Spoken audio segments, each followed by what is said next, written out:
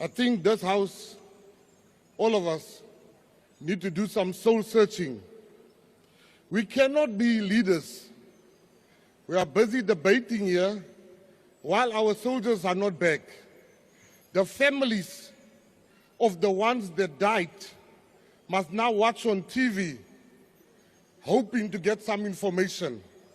There was no rush for this debate. This debate could have been moved until we got our fallen soldiers back, and then we can come here and speak about this. Speaker, this is not the time to point fingers. We have been humiliated. We have been humiliated. We have been humiliated. And we must teach people, when you kill a South African, there's consequences. We are sitting with the highest youth unemployment in the world.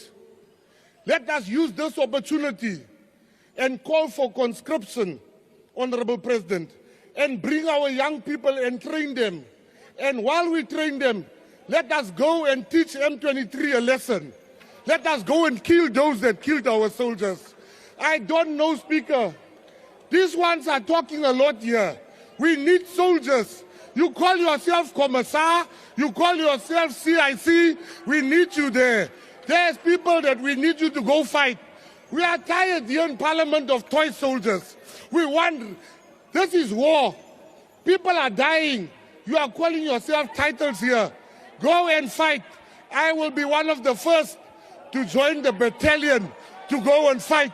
Let us go and get our people, and you must follow me. Let's go and fight real fights, not these fake names of the army. I salute you. Thank you very much.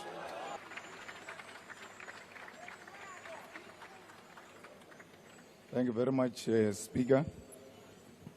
Speaker, I would like to begin by sending our condolences to the families of the 14 members of the South African National Defence Force who recently lost their lives in the DRC. We cannot continue to refer to them through a number because they've got names. We salute Staff Sergeant William Edikola. We salute Staff Sergeant Molatley Ishmael Molatley.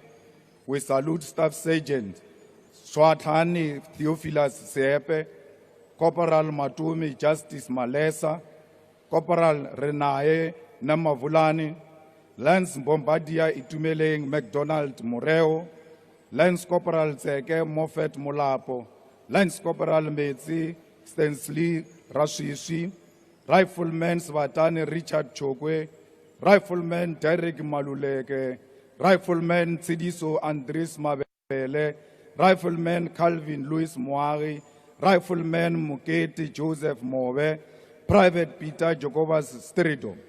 The reckless deployment of South African troops in the DRC under the South African Development Community SADC mission in the Democratic Republic of Congo, SAMI DRC, which began in December 2023, was presented to us as a peacekeeping effort. However, the truth is that our soldiers are not there to maintain peace. They are engaged in a direct combat, fighting against the highly armed and strategically superior M23 rebels who are supported by the reckless president of Rwanda, Paul Kagame. Our government has deliberately misled the people. The reality is that our soldiers are fighting an enemy that has better weaponry, better resources, and better intelligence. While the rebels possess advanced military equipment, our soldiers are sent to battle without drones, without fighter jets, and without critical military assets. They are left vulnerable, fighting a war they cannot win, all because of the failures of this government. The recent M23 offensive on Goma has highlighted significant shortcomings in the South African National Defence Force deployment. Intelligence failures were evident as the SNDF lacked timely and accurate information to anticipate the M23 movements, leaving our forces unprepared for the assault.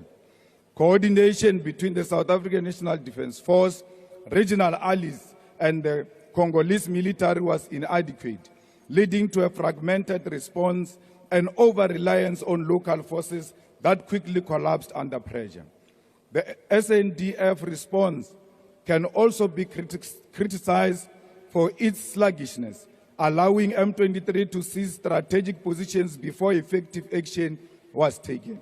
Political considerations were often overshadowed military necessities, limiting our forces' effectiveness.